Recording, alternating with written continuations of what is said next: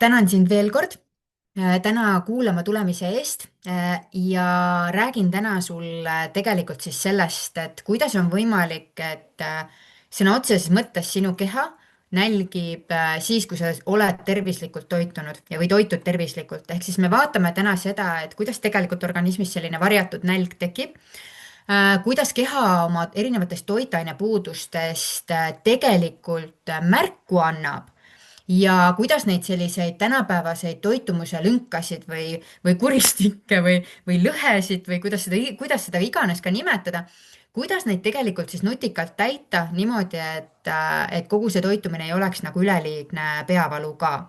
Ehk siis aitäh sulle, et sa oled siin kuulamas ja hakkame vaikselt minema. Aga enne veel, kui me nüüd süvitsi läheme, natukene sellest ka, et kes mina olen ja ma loodan väga, et sa oled minust midagigi kuulnud. Kui ei ole, siis tere, mina olen Kaia Kardma. Olen holistiline nahaspetsialist ja see holistiline täna minu jaoks on ikkagi nagu ääretult suure sellise laia pildiga. Ma olen ametlikult ilumaailmas iluteemadega töötanud tänaseks 18 aastat, mis on täiesti ebareaalne aeg. Minu enda meelest, sellepärast ma olen nii noor ja nii ilus. Kuidas see võimalik on, et ma nii kaua selle sees olnud olen? Aga kuidas ma seda siis tean? Tegelikult, kui minu esimene poeg, kes saab nüüd sügisel kohe 18, ma jäin temaga lapsehoolduspuhkusele, siis tegelikult see oli see koht, kus ma siis sain aru, et ma tahan nüüd midagi ise teha, avastada ja jõudsin tegelikult kosmeetikasse ja nii-öelda kosmeetilisse ilumaailma ja kosmeetikuks õppimiseni. Ja olen läbi aegade siis näinud ikkagi väga palju erinevaid nahamurede mustreid, alates aknest, põletikulisest nahast, rosaatsiani. Ja üha enam siis läbi aastate hakkas minu peas kummitama see küsimus, et miks need sümptomid kogu aeg tagasi tulevad, kui mul see nahahooldus on paigas, protseduurid on paigas, midagi toimub ja siis kogu aeg on mingi jama, et korraks on hea ja paari nädala pärast, kuu aja pärast klient tuleb, ütleb, kuule tead Kaia, ma ei tea nagu, tundub, et kõik on nagu sama ja kõik on hea, aga ikkagi midagi nagu on. Ja olen siis süvenenud nii-öelda 2023 oli minu jaoks võib-olla selline sügava murdepunkti koht tänaseks varsti 3 aastat tagasi, kus ma tegelikult läbi enda pere isikliku huvi siis oma pere toitumise osas ma tegelikult jõudsin tervisetestideni. Ja need testid on ääretult põnevad, ma natukene räägin sulle nendest täna hiljem ka, aga see siis omakorda tegelikult viis mind süvendatult juba õppima seda nahaspetsiifilist toitumist, erinevate organsüsteemide seost toitumisega, nahatervisega ja täna siis tegelikult õpin siis funktsionaalset meditsiini USA koolis. Ehk siis minu sellise nahatervise kontekst on väga palju muutunud kogu keha tervise kontekstiks ja vaatan siis keha just nimelt läbi selle funktsiooni lähenemise, ehk siis mida keha tegema peaks, mis on iga organisüsteemi roll ja läbi selle püüan siis nagu tõlgendada neid sümptomeid sellesse siis teekonda, mida tegema peaks, et nendest nagu jagu saada, eks ju. Täna praktiliselt töötan ikkagi kõige rohkem nahamuredega, aga nende nahamurede taga tegelikult on hästi palju lugusid ja kõik need erinevad lood üldiselt on seotud kogu keha heaolu tervikuga. Ehk siis nahaväljendus ja see, mis me naha peal näeme, see on sageli peegeldus sellest sügavamatest kihtidest ja sellele ei tohi nagu tähelepanu nagu pööramata jätta, oleks võib-olla see põhiline koht. See, kui kiiresti nüüd erinevate nahamurede puhul mingisuguste muutusteni jõuda saab, erinevate tervisemurede puhul muutusteni jõudma saab, seal on omad bioloogilised loogikad taga ja ma räägin nendest sulle ka veel täna kindlasti. Aga mis on tänapäeva number 1 probleem minu meelest on ikkagi see, et me oleme valdavas osas usinasti üle söönud, aga samal ajal alatoidetud. Ehk siis meie toit ei sisalda enam sellisel kujul toitaineid, nii nagu ta seda varem sisaldas. Et olgu selleks siis nii-öelda ületöödeldud mingisugused või ülekasvatatud masspõllud on ju, meie keha enda toitainete vajadus on oluliselt suurem kui see nii-öelda juba tingitud sellisest välisest stressi suunast. Stress ei tähenda ainult seda, et oi, et mul on jube närvilised ajad, et nii palju on teha. Stress kehale on ka erinevad välised mõjurid, siin hulgas ka näiteks need keskkonnamürgid. Nii-öelda kõik see aines, millega me kokku puutume. Väga palju tekitab kehas oksüdatiivset stressi ja see tarvitab ära väga palju keha taastumise ressursse ehk siis nimelt antioksüdante, mis hoiavad raku tervist tegelikult. Töödeldud toit on ju, kogu see Mendelejev, mis meil nendes koostisainete nimekirjades, mis on vahest nagu sellised ja kus pikast nii-öelda tabelitest sa pead otsima välja, et ahah, seal on jahu, on ju, seal on nagu piim, on ju, siis tuleb välja, et see on hoopis mingi piimavalgu, mingi ta-ta-ta. Et noh, ja neid päris toidunimetusi vahest nende toiduainete nagu koostiste nimekirjades annab otsida. Ja see on suur probleem, et kui ikkagi koostisainete nimekiri on ikkagi üle 8 rea pikk, siis tasuks juba kriitiliselt hinnata, et kas see mu kehale päriselt ka toit on. Või see tekitab hoopis sellist sedasama eelnevat stressi, mis hoopis toitainet kehast nagu välja nii-öelda kasutab. Pidev unepuudus, taastumise vähesus, erinevad ravimite mõjud, mida väga paljudel on täna ikkagi erinevate skeemidena peal, need kõik mõjutavad seda, milline on sinu keha tegelik toitumuslik vajadus ja kui palju see meie päris toit siis reaalselt suudab seda nii-öelda anda. Ehk siis tänapäeva toit ei ole kindlasti sama toit, nagu ta varem oli, mis sest, et ta visuaalselt võib-olla näeb samasugune välja. Muidugi selle üle võib vahest vaielda, et no, et kes lapsepõlvest mäletab ikka mõne toidu maitset, siis see võis ikkagi oluliselt teistsugune olla. Eriti mõne värske asja nii-öelda mekk või maik. Aga biokeemiliselt on päris palju muutunud ja tegelikult tehakse päris palju toidu erinevaid analüüse ja tuuakse ka oluliselt seda välja, et kui palju vähem sisaldavad toidud erinevaid mineraalaineid, erinevaid vitamiine, erinevaid antioksüdante ja kuivõrd palju vähem me reaalselt ise oma toidus jälgime ka seda, et kuivõrd põletikuvastane see toitumine reaalselt on või siis ei ole. Ehk siis selline toitumise tasakaaludega ollakse ka ise oma valikutega väga hädas ja mis probleem siin tegelikult on minu meelest taustal, on see, et inimestel ei ole reaalselt adekvaatne pilt selle üle, mis tegelikult kehale nagu optimaalne või hea on. Ehk siis võrreldakse ennast sageli teiste inimestega, kes meie kõrval on, kolleeg, perekonnast keegi on ju, töökaaslane, nii-öelda mis iganes. Lähed restorani, vaatad, mida keegi teine ostis, on ju, seisad toidu selle käruga osturivis ja vaatad, ei, mul on ikkagi salatit natukene rohkem kui neid karastusjooke siin ostukorvis, on ju. Noh, mingid selliseid asju ja inimesed võrdlevad ennast nagu kellegagi, kes on ta kõrval, aga see, kes on kõrval, teeb oma valikud, ei pruugi sugugi olla nagu spetsialist toitumise alal. Ja mis on nagu see probleem tegelikult see, et seesama kaasaegne elustiil ehk siis need selline pingeteemad, erinevad kokkupuuted keskkonnamõjudega, mis ei ole enam sellised, nagu nad varem olid, siis see tegelikult nõuab kehalt rohkem. Oluliselt rohkem kui seda, mida ta varem tegi, ehk siis tegelikult meie nõudmine toidu kvaliteedil on hoopis tõusnud. Mitte nii-öelda, ja olukord on hoopis vastupidi tegelikult, et võimalused on palju väiksemad keha jaoks saada. Täna, mis on naiste teemal kindlasti hästi üli oluline mõjutaja, on rasestumisvastased tabletid, mis tervist väga palju mõjutavad. Täna mina puutun väga paljudega kokku või olen puutunud ikkagi oma töös, kes kasutavad erinevaid seedesüsteemi ravimeid, alates maahappe nii-öelda teemadest, on ju, kellel on siin mingisugused vererõhukontrolli teemad kasutusel ja nii edasi. Kõik need kurnavad keha ressursse läbi selle keemilise koormuse, mõjutavad tegelikult. Kuni selleni siis välja, et tegelikult su keha võib sõna otseses mõttes ikkagi olla justkui piltlikult öeldes normaalsete analüüsidega, aga funktsiooni tasandil tal toitaineid piisavalt ei ole. Kui kõik see nii-öelda taustafoon kokku võtta praegu natukene ja mis mind nagu pani kõige rohkem nagu sellest toitumise teemadesse ja tervise teemadesse süvenema, olid ikkagi need läbi aastate kuuldud klientide lood. Ehk siis need samad pildid, mida ma nüüd alguses rääkisin, iga selle pildi taga on lugu. Kes on olnud 7 aastat, 8 aastat, 10 aastat mingisuguste erinevate raviskeemide, katsetuste nagu proovimiste taga ja ta ei ole reaalselt lahendust jõudnud ja kui me hakkame rääkima, mis sul muret tegelikult veel teeb, mis elu sa elad on ja kes sa oled, siis kuuled väga palju muresid. Alates sellest, et pidevalt on mingisugused isud, vahet ei ole magusad soolased, energiapuudus on pidev, väsimuste teemad, isegi siis, kui magatakse piisavalt. Pärast lõunati selline, no nüüd ma pean küll seda kohvi või šokolaadi saama, eks ju, et eriti kontoris istujatel on see nännisahtel on nagu selline tüüpiline see. Keha ei taastu enam ei treeningutest või siis ka näiteks haiguste järgselt, ei taastu ära energia ei tule nagu tagasi. Seedeprobleemid naistel eriti nagu kõhukinnisus, kõhulahtisus, kõhugaasid, vahelduvalt lahtisused ja kinnisused. Kõht on hommikul ilus lame, tunned ennast, oled nagu sõna otseses mõttes selline ilus seksikas naine, aga õhtul oled 7 kuud rase, eks ju. Igasugune selline graatsia on nagu vöökohalt nagu täiesti kadunud. Kõik sellised asjad on need, mida tegelikult nii paljud kannatavad, aga nad seda julge nagu rääkida või tundub, et nagu ei ole kontekstigi, kus sellest rääkida.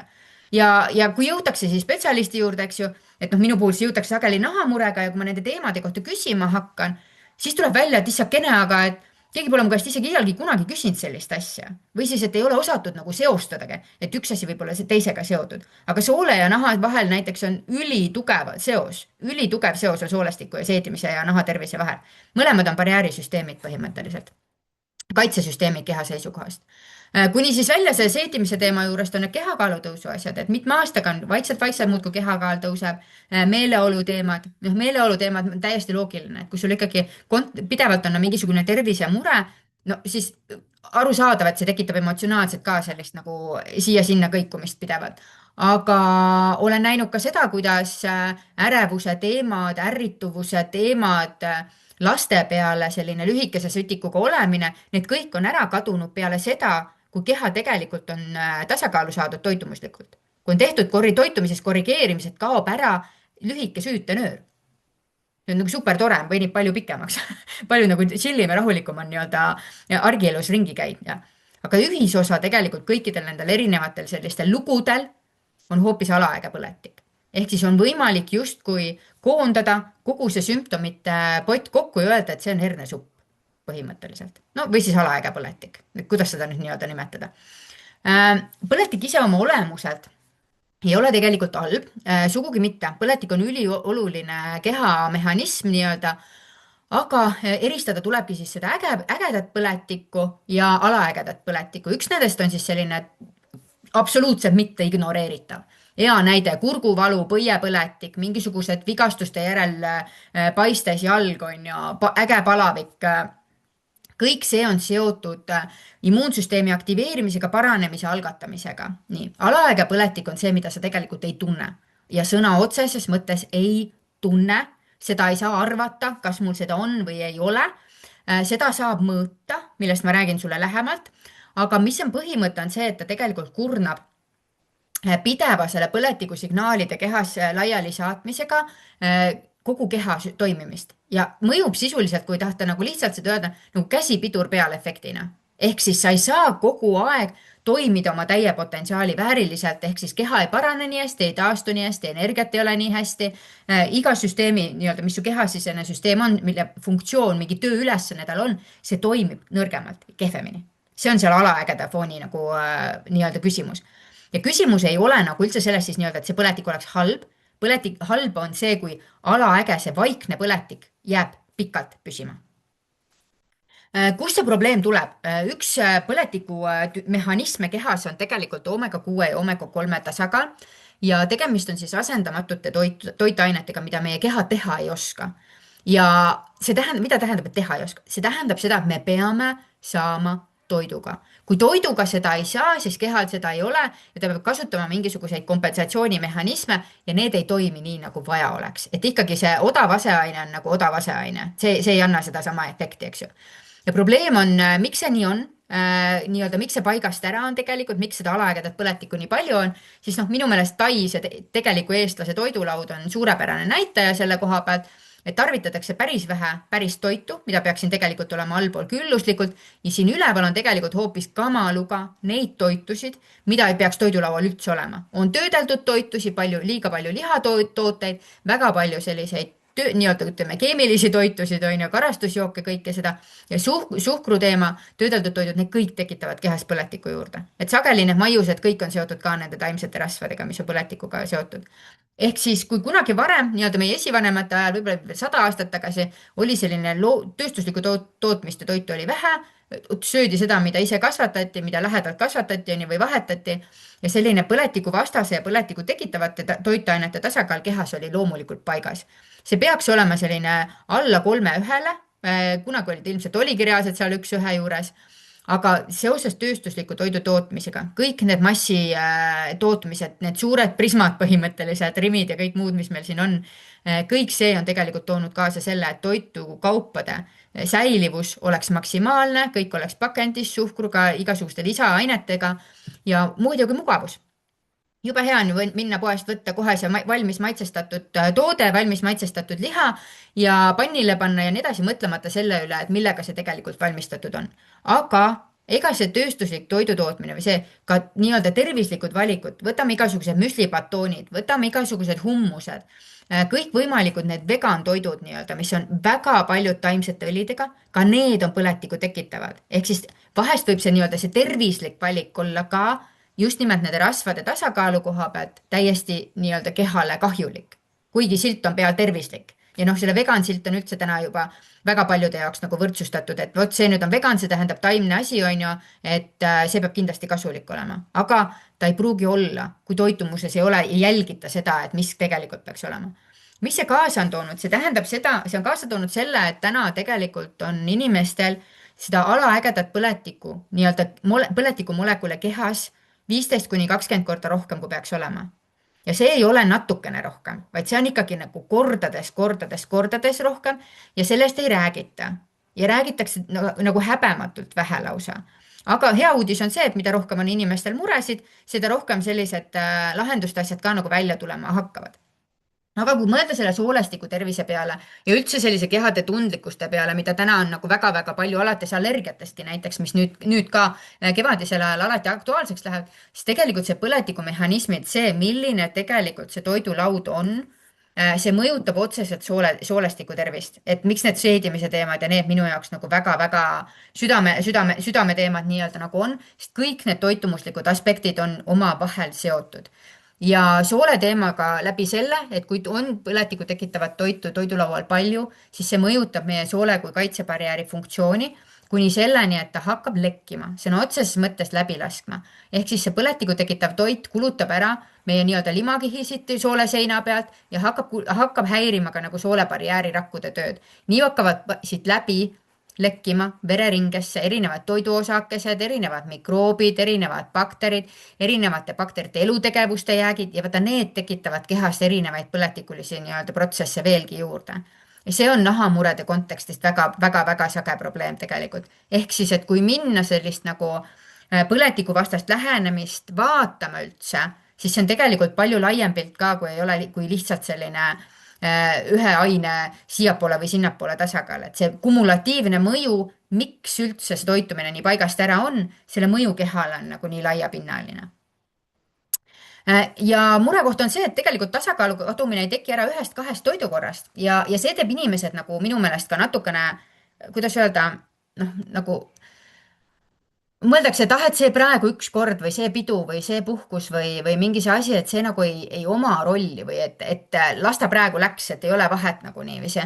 Et tegelikult need harjumused, mustrid, selline järjepidevus on miski, millega peaks tegelema kogu aeg. Ja kui me mõtleme selle peale, kus me saame seda põletikuvastast nagu mõju kehale kõige rohkem, üks nendest mõjudest ongi see omega-6 ja 3, eks ju. Ja põletikuvastast omega-3 me saame tegelikult põhiliselt rasvasest kalast või siis vetikatest. On ka taimsed allikad loomulikult olemas, aga nende selleks EPA ja TH vormi konverteerimiseks on kehal vaja teha päris palju tööd ja seal on kaod hästi suured. Ehk siis ainult taimse omega peal nii-öelda tegelikult päris head põletikuvastast tasakaalu kätte ei saa. Eriti kuna selle taimse toidu peal olemisel kiputakse ikkagi neid erinevaid seemneõlisid päris palju tarvitama, ehk siis tuleb sealt seda põletiku omega-6 kogu aeg juurde, eks ju. Ehk siis veganitel tegelikult ja sellise ohtra taimetoidu puhul väga sageli on põletiku, alaägeda põletiku foon kehas palju-palju kõrgem isegi, võib-olla just selle omega-6-3 tasakaalu punkt, mida vaadatakse. Aga murekoha illustreerimiseks sulle, et kui sa kujutad ette, et sa sööd korra või 2 nädalas kala, on ju, see on selline tavaline nii-öelda näitaja, mõni sööb 2 korda kuus, mõni sööb 3 korda nädalas. Seda rasvast kala peab ikkagi selleks, et annaks põletikuvastast mõju sellel päeval ikkagi 100-150 grammi sööma. Mitte väike viilukene selline, vaid ikkagi päris nagu korralik ports. Ja kui sa kõik ülejäänud toidukorrad nädalas sööd ikkagi liha, muud võib-olla valget kala, sööd kana, on ju, sööd kalkunit, mingit kitse, on ju, lammast ja nii edasi. Kõik need sisaldavad arahidoonappet omega-6 ja see on põletikku tekitav. Ehk siis põhimõtteliselt matemaatiliselt ei ole võimalik, et sinu kehas ei ole alaägedat põletikku, kui sa sööd korra või 2 nädalas kala ainult. Või korra või 2 kuus. Sisuliselt praktiliselt seda ei ole võimalik. see on muidugi, selles ma ei saa öelda, et täiesti võimalik ei ole, aga see nagu üsna madal tõenäosus on, et su kehas seda alaaegadat põletikku ei ole. ja see on täitsa selline pausi koht, nagu see on kandva pausi koht, et selle lause lõpus nii-öelda. et nagu mõelda selle peale tõsiselt, kui palju enda toidulaual päriselt rasvast kala on. ja siis on küsimus see, kust see kala pärit on. kui see nüüd on see Norra kasvanduste lõhe, mis kasvab kunsttoidu peal, eks ju, nende saepurude, jahude, igasuguste selliste kokteilide peal, siis tema tegelikult seda loomulikku looduslikku vetikat ju ei söö. Eks ju, ehk siis tegelikult siin peaks eelistama, kui seda kala söömise juures kindlasti väikeseid kalasid, et minu enda üks lemmik kindlasti on oliiviõlis sardiinid. et Coopi poes on neid saada, Maxi Marketis ja Biomarketist saab, aga kindlasti oliiviõlis, nad ei tohi olla päevalilleõlis. et päevalilleõlis siis on ikkagi see põletikufooni tekitaja seal sees. ehk siis selle nii-öelda tervise hoidmise jaoks ja selle tervise tagasisaamise jaoks ja selle sümptomite mingite teemade tagasipööramise jaoks, mis on alaaegade põletikuga seotud, siis tegelikult on oluline see oomega 6 ja oomega 3 tasakaal. miks see on nii oluline, on tegelikult päris bioloogiline, võiks nagu nii-öelda mehhanism. rakud, kogu meie keha koosneb rakkudest, eks ju. rakuseinad, membraanid, see rakukesta ümbris, seal on vahekiht, mis on tegelikult tehtud nende oomega 6 ja 3-st. Need pehmed lipiidirasvad on seal sees ja kui neid on nüüd liiga vähe, seal tasakaal on paigast ära, siis see nüüd mõjutab tegelikult kogu keha funktsiooni. aju, juuksed, süda, nahk, seedimine, luudliigesed, kõik nii-öelda kogu nii-öelda süsteem, mis sul on kui süsteem, see mõjutab absoluutselt kõiki. kui seda oomega 3 on liiga vähe, siis tegelikult rakkudest toitaineid ei liigu. toit ei pääse sisse ja jääkained välja. ehk siis see tasakaalukoht peab olema 3 1 või vähem, siis on tegelikult rakkude töö normaalne. kui rakkude töö on normaalne, siis see tähendab seda, et ka sinu enesetunne on normaalne. kui enesetunne normaalne ei ole, siis tähendab seda, et raku töö ei ole normaalne. nii oleks vist kõige lihtsam öelda kuidas sa tahaks seda nagu nii-öelda öelda. ehk siis ja probleem on täna selles, et ka üldised toitumissoovitused sageli ei arvesta sinu keha biokeemiat, eks ju. et need tained, toidupüramiidid on hästi toredad, mulle meeldib seda tegelikku püramiidi väga palju näidata, sellepärast et noh, see minu meelest on üsna adekvaatne, kui ma lähen Rimisse või Selverisse toidupoodi, et siis ma näen, et see on adekvaatne selline. aga lihtsalt see soovitus sulle, et kuule, aga söö nüüd natukene rohkem köögivilju või liigu natukene rohkem, on ju. mulle tundub, et nii palju, kui mina olen selle kohta nagu kuulnud, see ei tööta tegelikult reaalselt. et igaüks, kes meid on praegu siin nüüd 27 inimest on siin rivis, et kuulamas praegu, absoluutselt igaüks siit on erinev. su kehakaal on erinev, sinu pikkus on erinev, sinu ainevahetus on erinev, sa oled erinevas eluetapis, sinu harjumused on erinevad, liikumused, kõik. kes teeb trenni, kes ei tee trenni, kes millist trenni teeb, on ju, kui palju ta seda teeb. ehk siis sinu sees on väga palju sellist individuaalset biokeemiat, mis tähendab seda, et sul on individuaalsed vajadused. ja samad sümptomid ka näiteks, kui me räägime naha kontekstis, tervise kontekstis, tegelikult võivad tekkida erinevatel põhjustel ja samamoodi ka täpselt samasugune toitumine ei pruugi kõikidele anda täpselt samasugust tulemust. ehk siis mina näen seda tegelikult, et miks mina selle testimislähenemisega nii palju töötan ja ma selle pealt enam ära ei ole mul võimalik minna, on tegelikult see, et me peame vaatama inimest individuaalselt ikkagi seda, ehk siis mõõtma ära, mis seisus sinu keha parasjagu on, milline see sinu verepilt on, siis seejärel tegema toitumises muudatusi, harjumustes muudatusi, kontrollima uuesti, kas midagi on muutunud, kas need muutused on sinu jaoks piisavad olnud ja seejärel siis kohandama seda strateegiat, plaani, kuidas edasi minna. ja see mõõtevälp siin vahel on minimaalselt 4 kuud. 4 kuud sellepärast, et sinu veri uueneb 4 kuuga. Punavereliblede eluiga on 4 kuud. selleks, et toitumuslikult keha sees midagi hakkaks muutuma, selleks, et need rakuseinad hakkaks toitained läbi laskma, jääkaineid vabastama, peavad need vererakud muutuma. kui ei ole toimunud täielikku verevahetust, siis ei saa olla ka mingit väga kardinaalset muutust. Mingid muutused võivad olla loomulikult, sellepärast et veri ta vahetub kogu aeg, ei ole niimoodi, ma reede õhtul lähen magama, laupäeva hommikul on uus, on ju. et tegelikult need rakud vahetuvad kogu aeg, aga et nagu üldpildi muutus on ikkagi see, et alustame 4 kuud hiljem kontrollime ja sealt edasi läheme järjest edasi, nii kaua, kuni see pilt läheb ilusaks ikkagi. et peavad olema hästi adekvaatsed nagu ootused ka selle koha pealt, et mis on võimalik ja mis ei ole. aga selleks, et ise teada saada, kas sinu kehas alaaegadat põletikku on, ma jagan sulle korraks kõigepealt iseenda nagu sellist lugu korraks. Mina tegin selle testi 23 aastal ja ütlen ausalt, et ma olin omast arust ikka väga heas kohas. Nagu me pere on aastaid söönud praktiliselt mahetoitu, ma olen valmistanud ise süüa, kolme lapse emana, see on muidugi väljakutse, eks ju, et kasutanud erinevaid nippe ja häkke, kuidas siis nädala sees ellu jääda niimoodi, et nädalavahetusel natuke rohkem süüa valmis teha ja nii edasi. Aga alaega põletik oli minu kehas ikkagi. Et ja kuni nii-öelda 20 korda rohkem põletikku, kui peaks olema. Seda põletikku, mida keha sees ei tunne, aga see nüüd omega-6 ja 3 rasvhapete tasakaal on see raku ainevahetusega seotud. Ehk sellega, et minu keha toitainete liikumine ei toimunud optimaalselt ja jääkainetest vabanemine ka. See, et mul nüüd siis ütleme 38, kui olin, et sellel hetkel ma ei tundnud ennast nüüd jube hirmsas halvasti, siis see, et minu omega-3 rasvhapete indeks oli alla 4, see tähendab seda, et minul juba oli selles vanuses kõrgenenud risk südame-veresoonkonna haiguste tekkeks. See on päris suur teema, arvestades seda, et mul suguvõsad isa poolt ja ema poolt igalt poolt on ikkagi toredate tabletikarpide otsas. Ma nagu tahaks nagu selle sideme nagu ilusti läbi lõigata. Mitte peresideme võtta, aga sellist nagu mustrit nagu nii-öelda tervise aspekti koha pealt. Et mind ehmatas see väga ära. Sellepärast, et väga sage on see, et kui ma täna töötangi naistega, kes on 40+, siis nad jõuab minu juurde, neil juba on väga sageli mingisuguse näiteks veresuhkru teemade rõhud peal. Et juba on ülekaalu teemad sellised, et tegelikult oleks eeldiabeedis. Mõõdame pikaajalist seda veresuhkrut, glükohemoglobiini, juba seal nad on eeldiabeedis tegelikult. See ei ole naljakas, sellepärast, et sellega, et sul see metabolism niimoodi paigast ära läheb, et see toob ikka väga palju pahandust juurde. Samal ajal tegelikult ka lihatarbimine, arhidoonhappeindeks ehk siis üks omega-6 näitas seda, et ma ikkagi natuke liiga palju armastan liha. Ikka see on tüüpiline eestlane. Vaimse jõu näitaja oli seotud TH-ga, rasvhappega, mis on ajuga seotud ja silmade tervisega. Ehk siis, kui silmad on muutunud väga kuivaks, silmanägemine väga kiiresti hakkanud muutuma, siis tasub kontrollida sellepärast, et TH, omega-3 on silmatervisega seotud.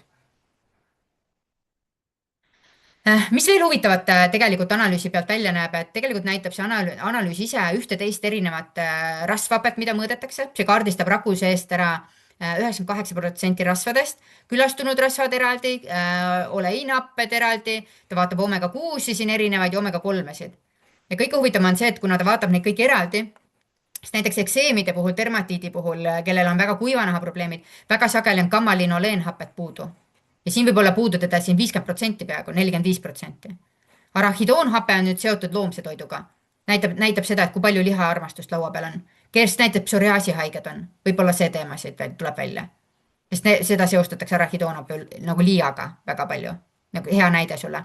Omega-3 rasvhaped, nii taimsed on ju, kui ka siis loomsed, EPA, DEPA, TH võivad olla ikka väga tugevas miinuses.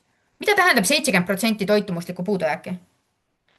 Üks hea näide, kuidas mulle meeldib seda seletada, on tegelikult see, et kui sa käid tööl ja peaksid saama 1000 eurot palka ja tööandja sulle palgapäeval nüüd maksab välja ainult 300, 30%, siis 70% jääb sul puudu nüüd on ju.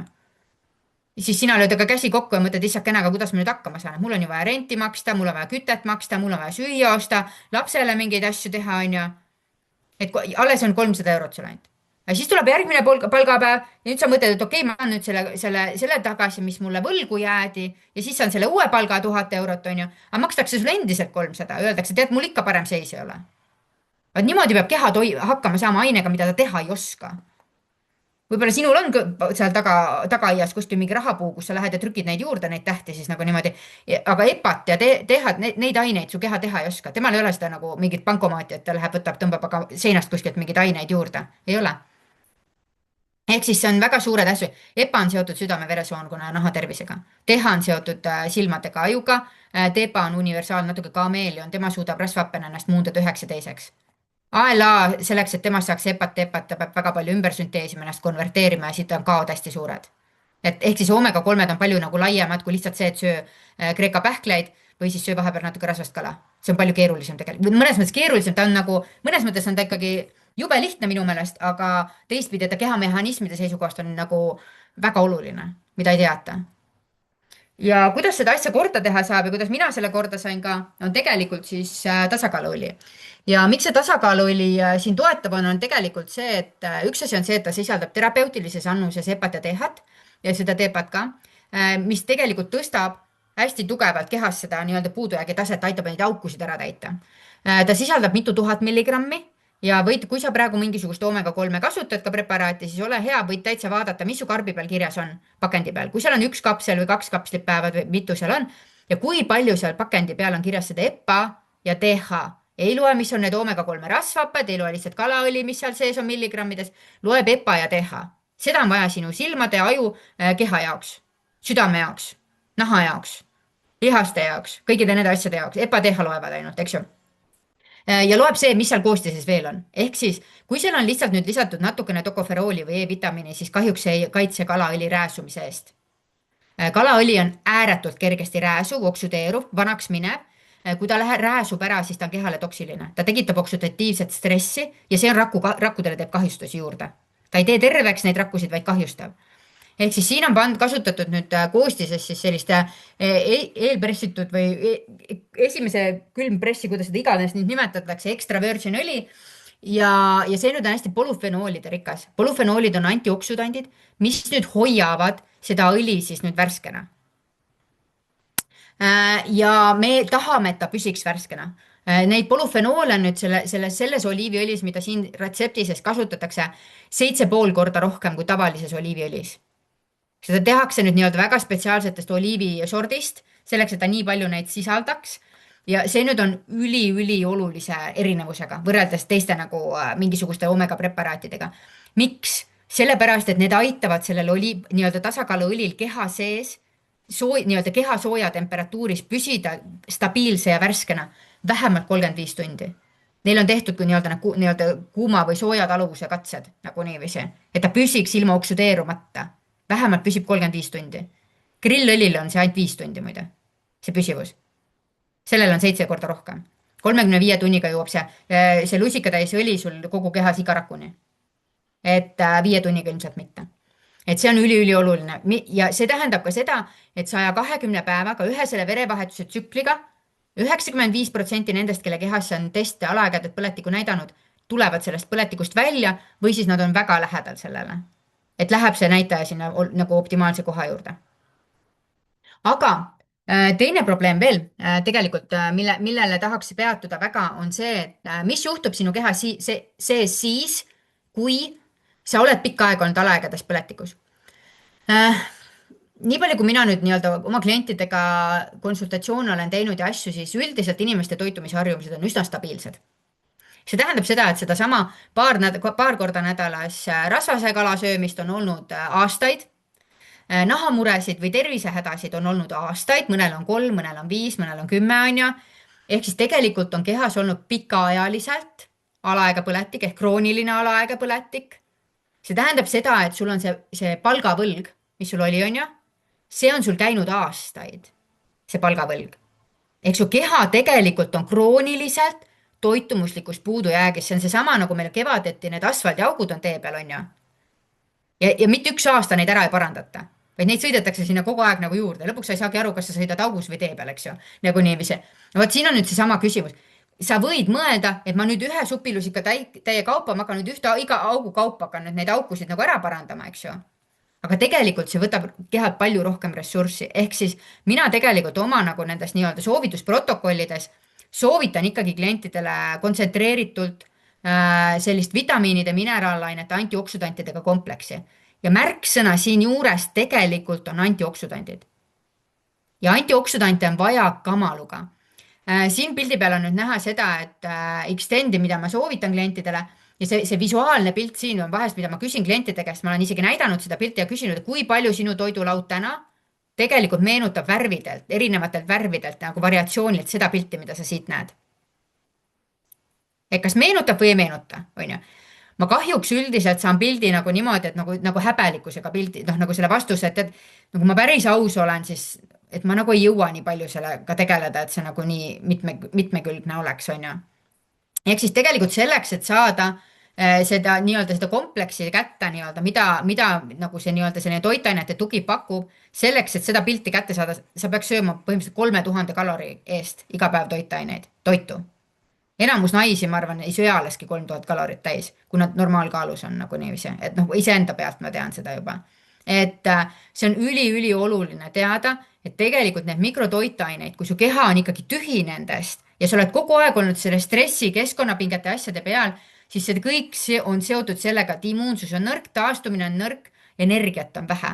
Ja energiat on vähe, see väljendub ka funktsioonis, mitte selles, et sa väsinud oled, vaid ka selles, kui kiiresti ja kui hästi miski uueneb keha sees.